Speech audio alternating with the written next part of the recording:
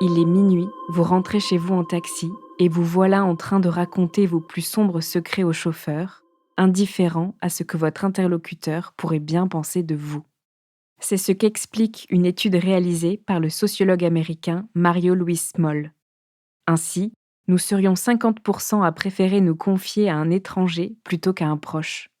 Quand Sacha trouve le courage de se raconter à sa famille, elle n'attend qu'une chose, du soutien et de la compassion. Ce qu'elle ne sait pas, c'est que son secret n'en est pas un. Et quand les gens connaissent depuis longtemps ce que l'on pense leur apprendre, ils ont déjà eu tout le temps de réagir. Attention, cet épisode aborde des sujets sensibles. Pour en savoir plus, reportez-vous au texte de description de l'épisode. Vous écoutez Transfert, épisode 253, un témoignage recueilli par Camille Jourdan.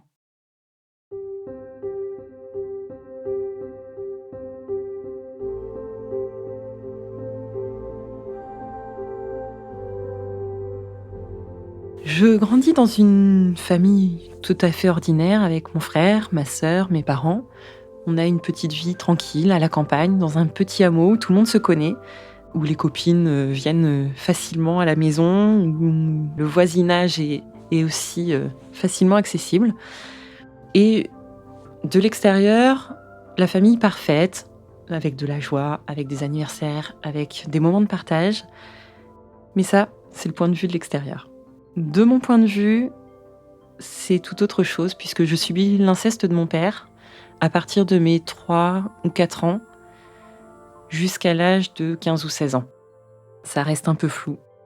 Je ne parle pas de ce qui se passe, je le garde en secret, ça se manifeste autrement par des émotions, par des larmes, par des choses que je n'arrive pas à dire, à verbaliser. Clairement, je me sens différente, je me sens sale, je me sens bizarre, j'ai du mal à comprendre en fait réellement les choses. Je pense un petit peu à en parler, mais pas réellement parce que ça reste un secret. On nous dit toujours: «Il faut pas dire, il faut pas que ça se sache, il faut pas voir». Dans les gestes déplacés que je pouvais, subir de mon père, dès qu'il y avait un danger ou quelqu'un qui approchait, les mains se retiraient et il fallait faire comme si il se passait rien. La première personne à qui j'en parle, c'est en 2011, à la fille de la compagne de mon parrain, donc un oncle, du côté maternel. Ça va venir dans une discussion, dans un café où, un trop-plein fait que à ce moment-là, j'ai besoin de pouvoir parler. Je lui explique qu'il y a des choses qui sont compliquées pour moi, que, la perception qu'ils ont de mon père n'est pas celle que j'ai et que derrière, il y a un secret que je n'arrive pas à dire depuis des années. Et comme c'est une personne relativement éloignée, on va dire, de la famille, en direct, je m'autorise à lui livrer, en fait, ces années d'attouchement. On va en échanger comme ça et je vais surtout lui dire, «S'il te plaît, garde le secret, j'ai pas envie que ça se sache». À mes 25 ans, donc en 2011 toujours, je viens de me séparer. Je suis un peu insécure quand je prends les transports. Je sens en tout cas des appréhensions, des inquiétudes et je me sens plus en sécurité dans la rue, je me sens plus en sécurité dans les transports et plutôt que de m'enfermer dans des peurs et dans des phobies, je décide du coup de solliciter en effet une psychologue à qui je vais en parler. Très rapidement, elle va me dire: «Parlez-en à votre sœur parce que, dans les familles où il y a de l'inceste, s'il y a une fille, une autre sœur, il y a en général les 2 qui sont victimes». Elle m'encourage à en parler, à ma sœur. Donc, je vais rentrer un week-end et je vais aborder le sujet avec elle. Je lui dis: «J'ai quelque chose d'important à te dire, qui me pèse beaucoup et j'ai besoin d'en parler avec toi». Donc je vais prendre une profonde inspiration, je vais prendre mon courage à 2 mains et je lui dis que je subis des attouchements de la part de mon père. Et là, en fait, c'est ma sœur qui reprend le relais, sur l'histoire, qui me raconte, elle, ce qu'elle a vécu, ce qu'elle a subi de mon père. Je découvre que ma sœur a vécu la même chose que moi. Alors sur moins longtemps, sur une période de 3 ans environ. Elle était déjà, une enfant plus grande que moi. Mais les faits sont là, je n'ai pas vu qu'elle avait elle aussi été victime et je reste dans la profonde émotion, dans les larmes parce que ce qu'elle me raconte, c'est ce que j'ai vécu. C'est exactement les mêmes choses et je suis du coup très peinée de savoir qu'elle aussi a été victime. Je pensais que c'était surtout sur moi qu'étaient portés ces attouchements.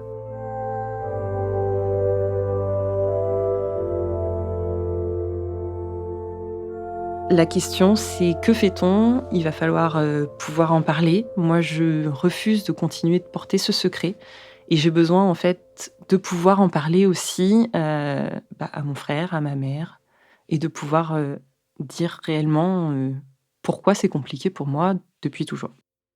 Avant d'en parler à ma mère, je me mets d'accord avec ma sœur. Je veux que mon frère soit au courant, parce que ce secret que je porte depuis tant d'années, que je maîtrise et que je contrôle, je préfère que mon frère apprenne cela de ma bouche. Je me dis que ça va être quelque chose de compliqué. J'appelle mon frère, je lui demande de se voir et il me dit: «Oui, oui». Entre-temps, il se déplace, il va chez des amis et moi, je veux vraiment lui dire avant d'aller voir ma mère. Donc je l'appelle devant chez ses amis, il vient dans la voiture et je lui révèle le secret. Je vois mon frère se décomposer, une douche froide, arriver dans une autre planète, ne pas comprendre ce que je lui raconte.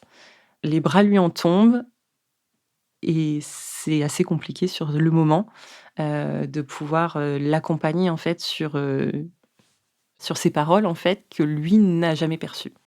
Mon frère se défausse un peu, me disant qu'il n'est pas concerné par ces faits, qu'il n'était pas au courant et donc me laisse, gentiment aller seule avec ma sœur voir ma mère. Donc ma sœur et moi, on arrive, à la maison. Mon père travaille, donc voilà, ça nous laisse la possibilité de parler librement. On s'assoit à la table et je commence à dire à ma mère: «On vient te parler de beaucoup de choses. Ça fait longtemps que je pleure, ça fait longtemps que je porte un secret et je ne supporte plus d'avoir ça pour moi. Heu, J'en ai marre de faire semblant et donc voilà ce qui se passe. Ça fait plus de 10 ans que je subis des attouchements de la part de mon père. Ma sœur en est victime aussi et là, l'émotion me submerge à nouveau. Ma sœur reprend la parole et raconte les faits à ma mère. Sa réaction est d'autant plus difficile à recevoir. Je m'attendais à ce que, ma mère ne sache rien, à ce qu'elle ne comprenne pas ce qui se passe. Donc en effet, je vois un état de sidération, mais à côté de ça, quelques phrases vont percer, qui vont me faire comprendre qu'il y avait quand même des choses qui auraient pu l'alerter, en fait. Elle me dit notamment, «Ah bah, je comprends mieux pourquoi une fois ton père est redescendu de vos chambres en disant: "J'ai fait une bêtise, j'ai caressé les filles"». Et ça, elle le retrace dans le passé, elle me dit: «Oh, tu à peu près 6 ans». Donc là, ça m'anéantit. Je me dis: «Mais en fait, elle a vu, elle a rien fait, elle nous a pas protégés et elle vient me le dire, en fait». Et elle maintient, elle continue et elle leur vient, en fait, relater d'autres faits, d'autres phrases qui lui reviennent comme ça. Donc voilà, encore plus compliqué. Moi, je m'enferme dans l'émotion. Ma sœur continue de parler et puis, à la fin, après, au moins 2 bonnes heures de discussion, je décide d'arrêter parce que je vois aussi le chrono qui tourne. Je sais que mon père va rentrer du travail et que c'est hors de question que je le croise. Donc ma mère me questionne en disant: «Mais moi, je reste pas avec ça. Est-ce que je peux en parler à ton père? Qu'est-ce que je fais?» Je lui remets en fait le secret dans les mains en lui disant: «Écoute, tu en fais bien ce que tu veux, mais moi je pars». Donc je repars avec ma sœur, on va faire des boutiques pour se changer un peu les idées et ma mère rappelle ma sœur pour lui dire: «Vous venez demain midi pour, manger et on va en reparler».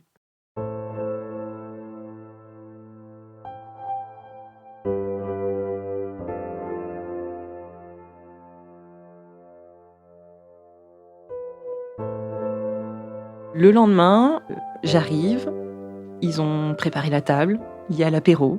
Alors je me place stratégiquement face à ma mère, à côté de ma sœur, pour surtout ne pas être confrontée, en direct face à mon père, que je vois dans un état, particulier, hein. On sent qu'il a passé une mauvaise nuit. J'aborde les choses avec ma mère, ma sœur, mon père Il reconnaît les faits, il trouve des excuses, il s'excuse aussi pour tout ce qui a pu se faire et il dit être prêt à venir porter plainte avec moi si j'en ressens le besoin. Clairement, je ne suis pas prête. Ce n'était pas du tout la démarche et je viens pour en parler, tout simplement. Il confirme en fait quelque part ma parole, ce qui va être pour moi un soulagement, hein. Je vais sentir quand même l'émotion aussi redescendre. Au moins c'est dit, le secret explose dans la famille proche. Ma sœur, ma mère, mon père et mon frère, qui n'est pas présent, mais qui du coup est au courant puisque je lui ai dit. Après ce repas, je rentre chez moi, je reprends un peu le cours de ma vie et régulièrement, j'ai des appels de ma mère qui me dit: «Est-ce que tu vas aller porter plainte? Ton père, il dit qu'il va pas supporter, il va se suicider». Donc je reçois des menaces assez récurrentes.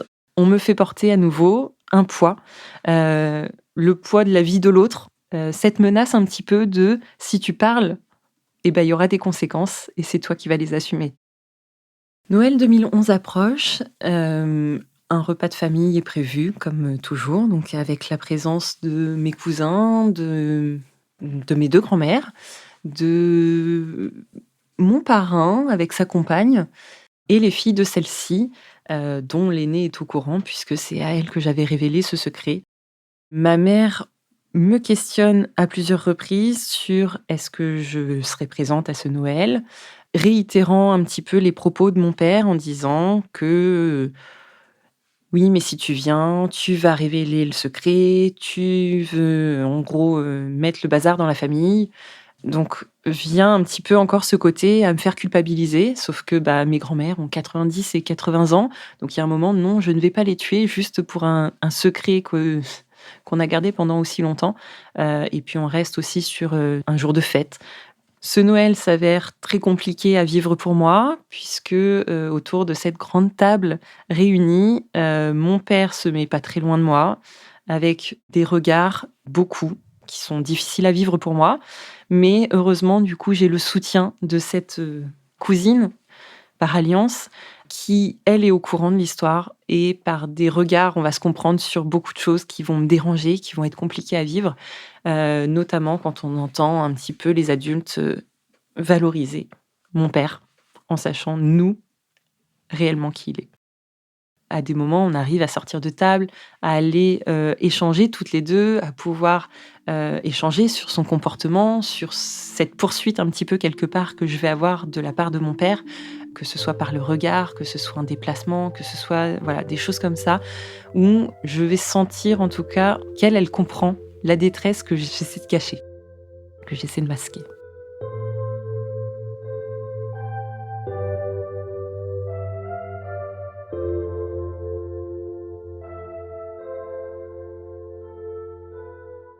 Janvier 2012, nouvelle année, Noël est passé. Je décide très clairement dans ma tête que 2012, c'est terminé, je ne veux plus de nouvelles. Je vais souhaiter la bonne année à mes parents, mais je suis très claire avec ma mère, chacun sa route. Je vous souhaite une bonne année, mais faites votre année à vous. Je fais mon année à moi et je ne veux plus entendre parler de vous.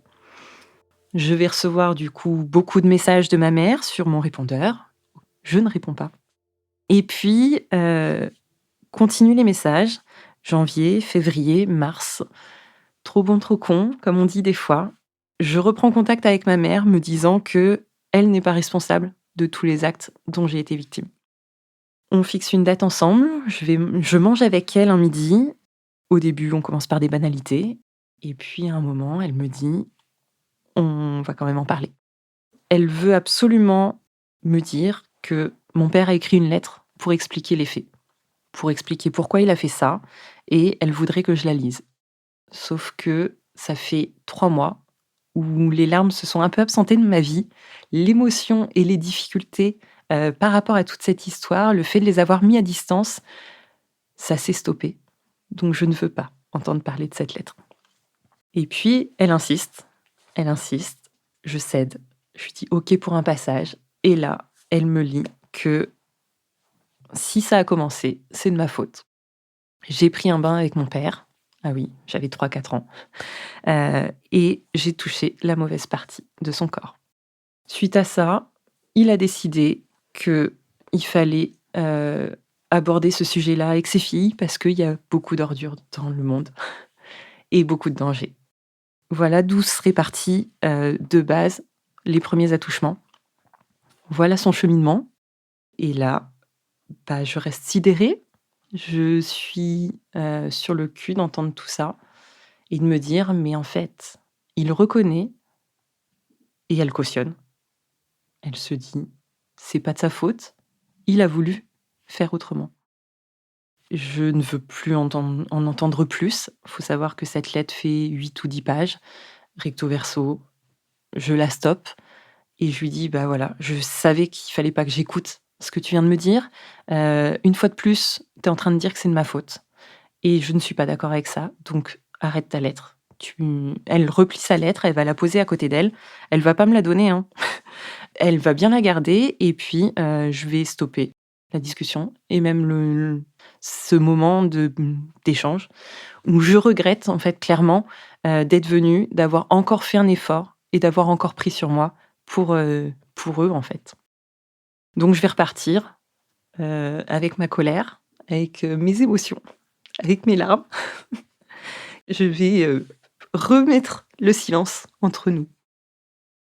Après cette rencontre, je n'ai plus de nouvelles, je n'en prends plus, je n'en veux plus. Passe le mois de mars, le mois d'avril et début mai, je partais, faire une journée à la mer. Ma mère m'appelle ce jour-là. Elle avait compris que ça servait plus à rien de m'appeler, donc j'attends, je finis de faire le trajet sur le chemin où j'étais et puis j'écoute ce message et c'était pour m'annoncer le décès de ma grand-mère maternelle. Je rappelle, forcément, événement familial, on échange rapidement et puis l'organisation des obsèques, va se faire. Je vais être conviée du coup, à préparer les obsèques avec mes oncles, mes tantes, du côté donc de ma mère et puis, ma mère me demande si mon père peut être présent. Donc, je ne m'oppose pas à sa présence à partir du moment où il me parle pas, à partir du moment où il vient pas me chercher et où, on n'est pas là pour reparler de cette histoire, on est là pour les obsèques de ma grand-mère. Je ne compte pas empêcher qui que ce soit de faire son deuil, donc on va, se voir ce jour-là. Il se tiendra à distance. Ce sera pas forcément facile non plus pour moi de gérer ça parce que, bah, face à la famille, on sent forcément un certain malaise. Vont se passer les obsèques où il y aura des échanges cordiaux sur la présence des gens, sur l'organisation, sur des choses comme ça et puis après ça, à nouveau le silence, s'installe. Donc suite à l'enterrement, de nouveau le silence, heu, je ne donne plus de nouvelles et puis l'anniversaire d'un de mes cousins, ses 18 ans, du côté de ma famille paternelle, est organisé. Je décide d'aller à cet anniversaire-là, ne voulant pas me priver de moments de fête et de moments de partage avec ma famille, pensant pouvoir être à même de surmonter encore, cette confrontation et d'ignorer en fait, clairement mes parents. Au final, c'est un moment compliqué pour moi avant d'y aller. Je suis dans un état psychologique qui se décrit facilement.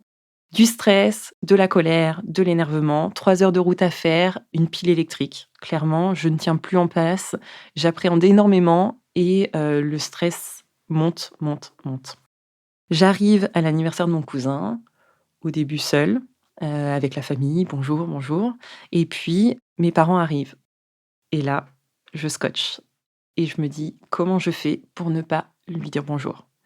Donc je dis bonjour à la famille autour, ma mère vient me faire la bise. Contrainte, je réponds puisque de toute façon, voilà, il faut continuer de cacher, puisque la famille du côté paternel n'est pas au courant, tout comme le reste de la famille et je masque au maximum mon mal-être et j'arrive en tout cas à détourner mes pas pour ne pas dire bonjour à mon père. J'ai tout prévu. Je ne dormirai pas chez ma grand-mère où mes parents ont prévu de dormir. Je vais m'incruster chez ma cousine et marraine, pour pouvoir être à distance, en fait, et continuer de me protéger de toutes ces histoires puisque personne n'est au courant. Je n'ai pas de remarques de ma famille vis-à-vis de l'évitement de mon père parce que je pense que ça ne se voit pas sur le moment. Ma cousine, en fait, le prétexte d'aller dormir chez elle, bah, c'est ma marraine, en fait, donc on a un très bon lien de complicité. Ça me permet de voir mes petites cousines. Au final, j'arrive encore une fois à masquer tout ce que j'essaie d'éviter. Je passe du temps avec ma grand-mère ce jour-là, je passe du temps avec mes cousins. On se voit pas souvent puisqu'ils sont, dans un autre département. Donc j'essaie de profiter au maximum de la soirée après ce gros moment de stress et d'émotion pour moi, que je masque au mieux et puis je profite de la fin du week-end en tout cas, auprès de ma famille, chez ma cousine et ma marraine.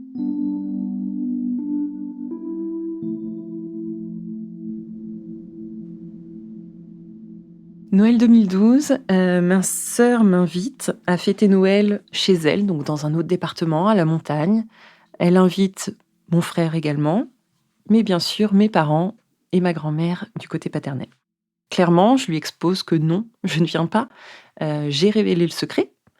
Je ne veux plus être en contact avec mes parents, donc je ne viendrai pas. Je marque très clairement ce non, je n'irai pas et je n'y vais pas. Je ne prévois rien pour ce Noël et j'attends. J'attends que les choses se passent et puis le 24 au soir, je m'incruste chez mes cousins qui sont dans la région. Je les appelle clairement, à midi en disant: «Vous faites quoi ce soir?» «Bah, rien. Bah, écoutez, je suis toute seule pour Noël. Si c'est OK pour vous, j'arrive, je débarque. Donc je vais vite fait à l'hypermarché, j'achète un cadeau et je déboule chez mes cousins». Mes cousins ne savent pas les raisons pour lesquelles je ne parle plus à mes parents. Ça a toujours été un peu compliqué. Ma tante justement m'en parle pour me dire: «Oui, mais ce serait bien que tu donnes des nouvelles à tes parents».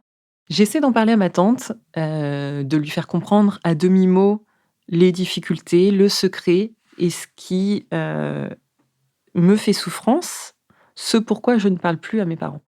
Mais j'irai pas jusqu'au bout.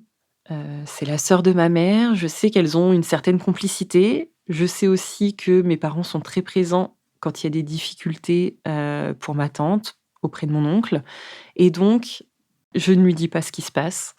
Elle m'encourage pourtant à reprendre contact avec mes parents, à leur donner des nouvelles, mais je refuse et je maintiens cette décision de je ne veux plus leur parler.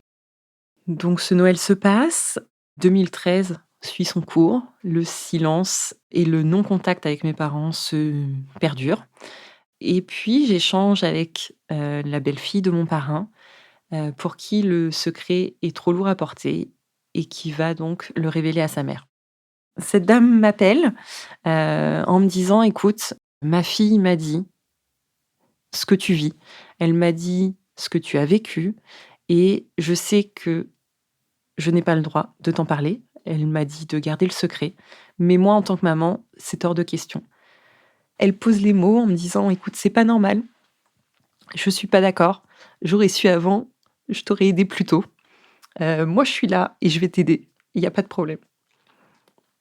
Du coup, elle me propose en fait, d'aller passer une semaine chez elle, de pouvoir, un petit peu faire une pause, de pouvoir, me ressourcer et de pouvoir un petit peu en échanger. Hem Et ça va nous permettre en tout cas avec, cette tante par alliance en fait de pouvoir en échanger, posément, de me sentir, soutenue et comprise et de savoir que si j'ai besoin de quelque chose, elle sera là et je lui demande surtout de garder le secret vis-à-vis de mon oncle.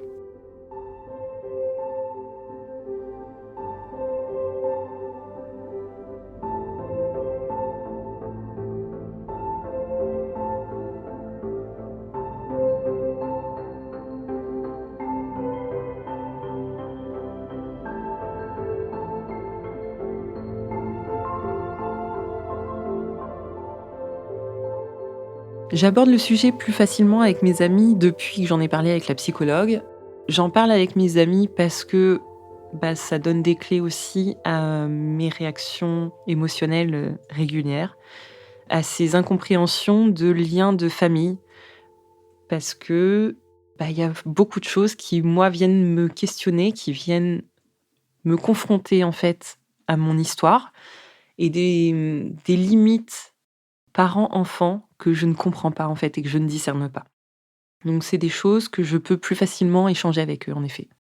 Je pars un jour, en week-end avec mes cousines du côté maternel pour faire un week-end entre cousines. Je reçois un texto de ma meilleure amie qui me dit: «Tu es où du dépôt de plainte?» C'était quelque chose que je travaillais aussi avec la psychologue, sauf que, je lui réponds: «Beh, non, mais je suis pas prête. Là, je pars en week-end avec mes cousines, c'est pas du tout le thème, en fait». Donc bon, je pars, je fais mon week-end. En même temps, je réfléchis, ça me travaille, je dors pas beaucoup de la nuit. Je continue de le cacher à mes cousines et puis, sur le chemin du retour, ça me travaille. Donc on fait la route, hein, il y en avait pour 5 heures et je laisse conduire ma cousine volontairement et à côté, j'envoie des messages à ma copine en lui disant: «Si je vais faire le dépôt de plainte demain, tu peux venir avec moi, s'il te plaît?» Les seules personnes au courant du dépôt de plainte, c'est ma meilleure amie puisque, elle me soutient et qu'elle m'accompagne. La psychologue en amont est au courant que je vais avoir ce rendez-vous et puis je fais ce dépôt de plainte juste avec ces 2 personnes au courant. Par choix, en fait, la décision est prise de faire cette démarche et je ne veux surtout pas qu'on me fasse changer d'avis. Donc je n'en parle à personne d'autre pour ne pas être influencée et surtout détournée de cette démarche-là. Après, je pourrais le verbaliser auprès de ma marraine qui, elle, va en parler à une de mes tantes paternelles et puis qui va en parler aussi donc avec son mari et ça va nous permettre un petit peu d'échanger, de voir un petit peu comment ça s'organise un petit peu derrière et moi de recevoir un peu de soutien. Mais je vais pas en parler à plus de personnes parce que dans le cadre de l'enquête, les gendarmes préviennent aussi, il faut le moins de personnes au courant. Il faut pas que ça revienne aux oreilles de mon père pour que l'enquête puisse se passer dans les meilleures, dispositions et qu'il ait pas le temps de préparer sa défense. Les auditions commencent, je le sais par le biais de ma meilleure amie et donc je vais pouvoir mettre au courant les personnes que j'avais nommées lors de ma déposition. Donc je contacte mon ex-copain, lui dire qu'il allait être auditionné. Ma cousine l'apprend, on va dire, un peu par surprise puisque c'est le commissariat qui la rappellera directement et je décide de dire à mon frère que les auditions ont commencé et que j'avais fait le dépôt de plainte. C'est les 4 seules personnes qui vont être auditionnées sur le département et la seule personne qui reste, en fait, c'est ma sœur qui est dans un autre département. Ma sœur, je ne lui dis pas que j'ai fait le dépôt de plainte.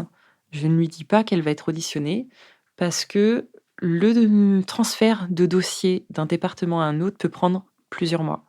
Je ne sais pas à quel moment ça va tomber et ma sœur est trop proche de ma mère, trop complice avec elle et j'ai juste une peur, c'est qu'elle puisse lui en parler et du coup que cet effet surprise que la gendarmerie souhaite tant pour pouvoir mener ses enquêtes, que tout ça soit mis à mal, en fait. Cette enquête prend du temps, puisque le dépôt de plainte, je le fais en avril 2014. Les premières personnes sont auditionnées en octobre 2014. Ma sœur sera auditionnée en mars ou avril 2015. Et puis, le 30 juin 2015, on m'appelle pour me dire que mon père est en garde à vue. Je suis donc convoquée dans l'immédiat à devoir quitter mon travail et à devoir me rendre à une confrontation, puisque il n'est pas d'accord sur les mêmes choses que j'ai déclarées. La confrontation se passe, on reste dans le temporel judiciaire, donc 2 mois de pause l'été et puis en septembre, le brigadier m'appelle pour me dire: «Le procès sera fixé en mars 2016». Je contacte donc en premier ma sœur pour lui donner la date, puisqu'elle m'avait reproché de ne pas la tenir informée des faits. Donc c'est la première que j'informe. Puis je le dis à mon frère. Mes parents eux-mêmes ont reçu la convocation et puis, il va falloir aussi le dire aux autres membres de la famille. La personne que j'appréhende le plus, c'est ma grand-mère paternelle, la seule qui me reste et je me dis: il faut qu'elle soit au courant. Eux ne lui ont rien dit, je dois le faire et donc je prends le temps de réfléchir à quand. J'acte une date, j'acte un week-end, le lendemain des attentats du Bataclan. Donc novembre 2015, je vais voir ma grand-mère. Je vais passer le week-end avec elle et puis, je lui dis: «Il faut que je te parle». Je raconte à ma grand-mère que mon père me touche depuis que je suis toute petite, que j'ai porté plainte et qu'il va y avoir un procès. Ma grand-mère face à moi tombe des nues, et me répond directement: «Mais tu sais que si tu portes plainte, ton père, il va aller en prison et ta mère, elle va se retrouver toute seule?» Oui, oui, c'est ce qui peut arriver, mais oui, en fait. Mais derrière, il s'est passé 10 ou 15 ans où moi, j'ai subi tous ces attouchements, où j'ai subi l'humiliation, où j'ai dû porter ce secret, où j'ai été mal et ça, en fait, tu le vois pas. Tu vois que ton fils va aller en prison. Oui. Et là, ça me conforte, en fait, dans tout ce que j'ai fait. Dans le fait que je n'en ai parlé à personne du dépôt de plainte. Je ne voulais pas qu'on me fasse changer d'avis. Je ne voulais pas être impactée par ces possibles réactions-là. Je sais que c'est compliqué à entendre pour elle, puisque c'est son fils, mais j'essaie au maximum de pouvoir parler de ça avec elle. On va mettre d'autres mots, puisqu'elle va me parler de son histoire à elle, et la voisine va arriver. La conversation s'arrête, et il faut refaire comme si il ne se passe rien. Donc on essuie les larmes, et on continue le week-end, quasi normal. On reparle rapidement des faits le lendemain, et ma grand-mère, elle, souhaite préserver ce lien, en tout cas, me dire on reste en contact et tu continues de venir me voir. Et je repars sur ça. Je rentre chez moi et je laisse ma grand-mère, du coup, avec cette histoire comme ça.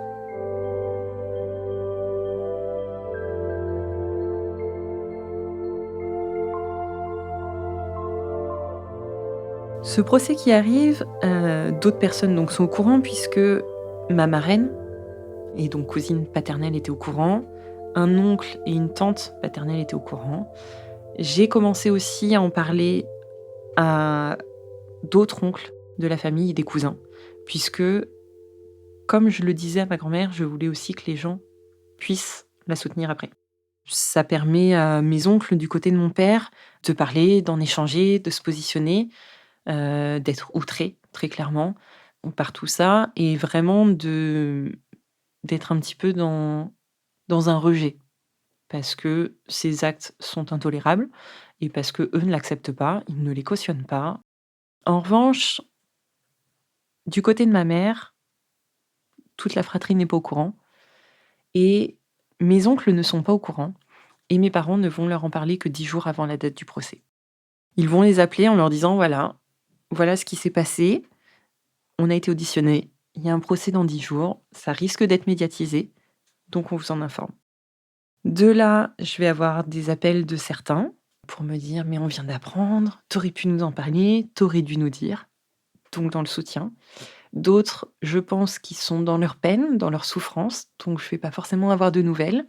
Et puis mon parrain m'appelle pour me demander si je veux qu'il soit présent lors du procès.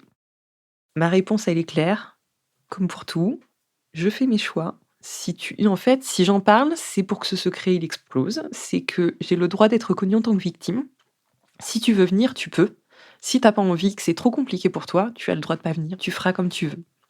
Donc il a pris le temps d'y réfléchir. Il m'a rappelé 2 jours après pour me dire: «Je te le dis, je viendrai, je serai de ton côté et je viens avec toi». Le jour du procès, ma meilleure amie est présente, une autre a posé sa journée, d'autres ne travaillent pas. On rentre donc dans la salle, il y a un côté pour, les victimes, un côté pour les présumés coupables. Déjà, la séparation est un peu marquée avec, mes 4 ou 5 copines qui sont présentes, mon oncle qui vient s'asseoir derrière moi et mes parents de l'autre côté. Et l'avocate va venir me voir pour me demander si je souhaite un procès ouvert ou un procès à huis clos, étant donné que j'étais mineure. On avait échangé de ça avec, l'avocate. Un procès à huis clos ne permet d'avoir qu'une seule personne à ses côtés et ils évacuent toute la cour. Toute la salle est évacuée et moi, hors de question que la moitié de mes soutiens doivent partir juste pour ça. Donc je lui dis: «Ce sera un procès ouvert». C'est la meilleure décision que j'ai prise, clairement. Il y avait du monde, le secret explose, c'est rendu public. Ça reste plus interne à la famille et on est confrontés donc à la réalité tous ensemble. Se déroule le procès, le témoignage, mon témoignage, le témoignage de mon père et puis, la salle est évacuée, les juges, prennent leur décision et le verdict est rendu, quelques heures après. Toutes les requêtes que j'ai faites avec mon avocat sont acceptées. Donc mon père est reconnu coupable. Il encourt 5 ans d'emprisonnement, dont 3 fermes. Il a interdiction d'exercer des activités avec des mineurs. Il est inscrit au fichier national des délinquants sexuels. Il a aussi l'interdiction d'entrer en contact avec moi. Ça, c'est le soulagement, clairement. Et après, il y avait le remboursement des frais d'avocat. Il y avait, un peu d'avance sur le remboursement aussi de tout ce qui est, frais de thérapie. Toutes les factures produites ont été remboursées, mais une avance sur les poursuites de thérapie ont été refusées, en tout cas. Il a 10 jours pour faire appel, donc passe ces 10 jours où je n'ai pas de nouvelles des avocats, où je me dis: «C'est bon, c'est fini». Mon cousin m'appelle, il me dit: «Eh, tu es au courant? Il fait appel». Et là, mon monde s'effondre parce que du coup, je me dis: «Mais sur quoi il fait appel? Comment c'est possible? C'est reconnu, il a avoué des choses et là, il fait appel» et je n'ai pas d'informations. Donc je contacte mon avocate qui me dit: «Oui, il a fait appel, mais que sur le plan pénal, pour ne pas aller en prison et donc ça ne vous regarde plus en fait, c'est entre la justice et lui, donc vous ne serez pas reconvoqué». La décision, le jour même, je la reçois plutôt comme un soulagement où, ces années de procédure, ces années de bataille, ces années de souffrance sont reconnues, sont verbalisées, sont actées. C'est un gros soulagement. Une grande fierté aussi parce que très peu d'enfants portent plainte contre leur père. Je crois que c'est 1 sur 10, et ça n'aboutit pas toujours et du coup, quelque part, cette force de se dire: «Ça, c'est fait». De se dire: «Avec ça, je vais continuer mon chemin, je vais continuer mes thérapies» et tout le monde est au courant de ce qui s'est passé, des nouveaux regards, en fait, de se dire: «On comprend mieux les absences aux fêtes de famille, on comprend mieux certaines réactions, on comprend mieux certaines difficultés qu'il pouvait y avoir, dans la vie quotidienne». Les seuls retours que j'ai eus par la suite, c'est que visiblement, pour faire appel, il a versé une grosse somme et qu'il a réussi visiblement à obtenir seulement 6 mois de bracelet électronique.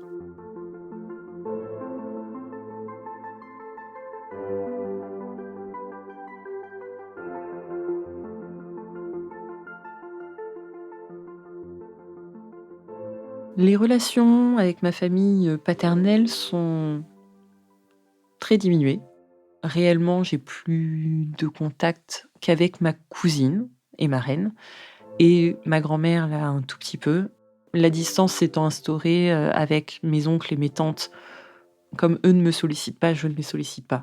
Je sais que si je les recroise, il y a aucun problème, mais voilà. En revanche, du côté maternel, je suis en contact avec tout le monde. Je profite de mes cousins au maximum, je profite de mes oncles et de mes tantes. On va les uns chez les autres, on profite des fêtes de famille. Le sujet se parle, ça s'aborde, c'est loin d'être un tabou et il y a aucun problème en tout cas avec ce sujet-là.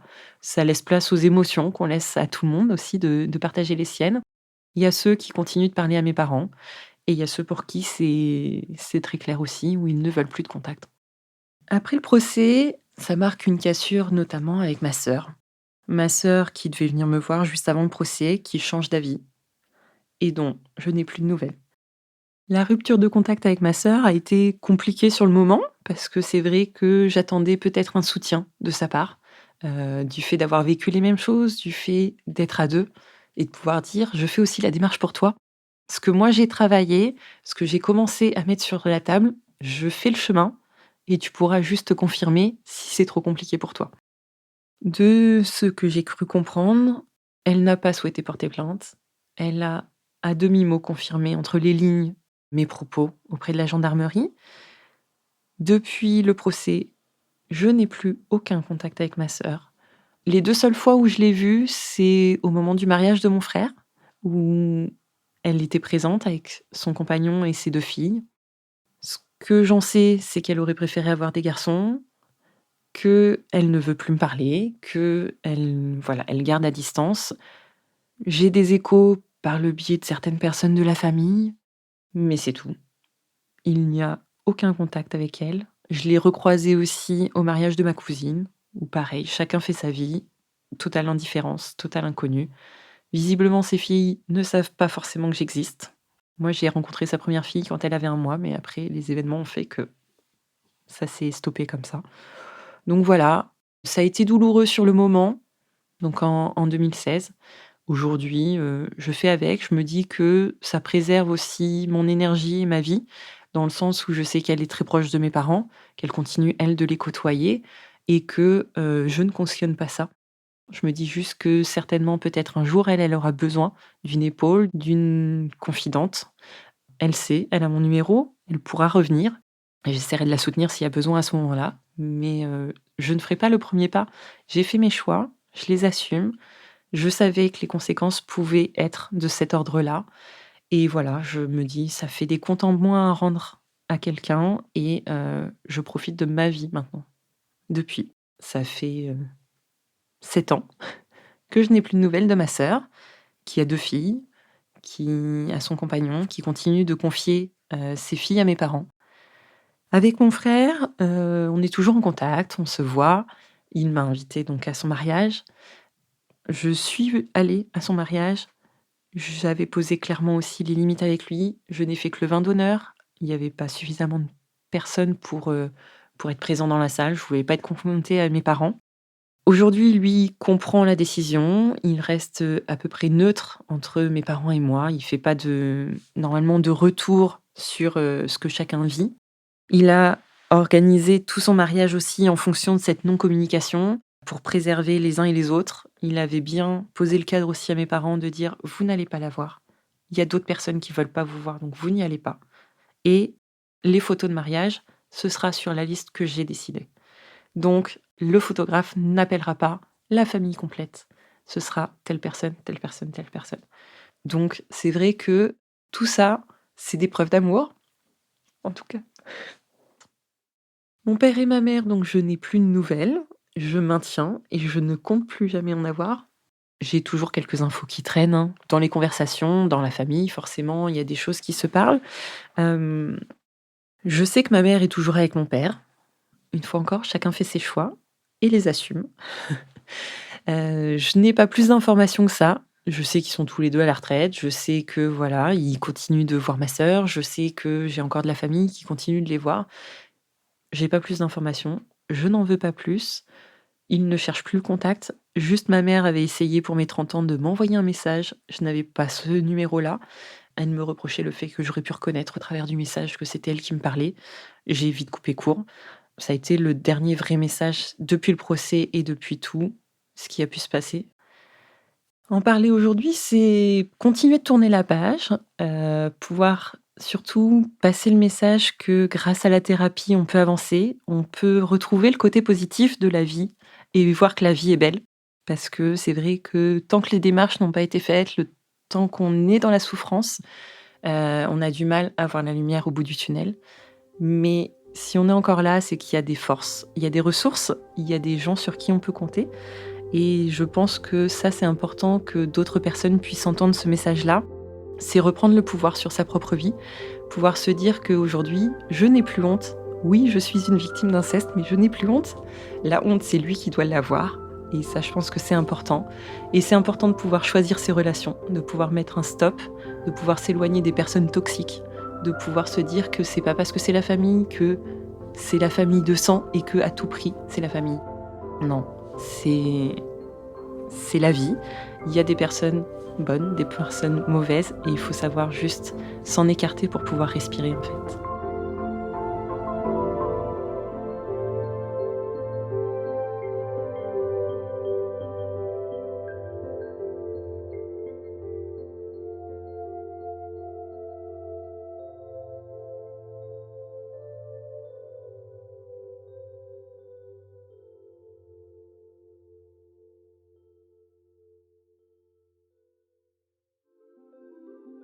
Vous venez d'écouter Transfert, épisode 253, un témoignage recueilli par Camille Jourdan. Cet épisode a été produit par Slate Podcast. Direction éditoriale, Christophe Caron. Direction de la production, Sarah Koskiewicz. Direction artistique et musicale, Benjamin Septem-Ours. Production éditoriale, Sarah Koskiewicz et Benjamin Septem-Ours. Chargé de pré-production, Astrid Verdun. Dérochage, Camille Jourdan. Prise de son et réalisation, Victor Benamou. Musique, Thomas Loupias. L'introduction a été écrite par Sarah Koskiewicz et Benjamin Septem-Ours. Elle est lue par Aurélie Rodriguez. Retrouvez Transfert tous les jeudis sur Slate Audio et sur votre application d'écoute préférée. Découvrez aussi Transfert Club, l'offre premium de Transfert. 2 fois par mois, Transfert Club donne accès à du contenu exclusif, des histoires inédites et les coulisses de vos épisodes préférés. Pour vous abonner, rendez-vous sur slate.fr/transfertclub. Pour proposer une histoire, vous pouvez nous envoyer un mail à l'adresse transfert@slate.fr.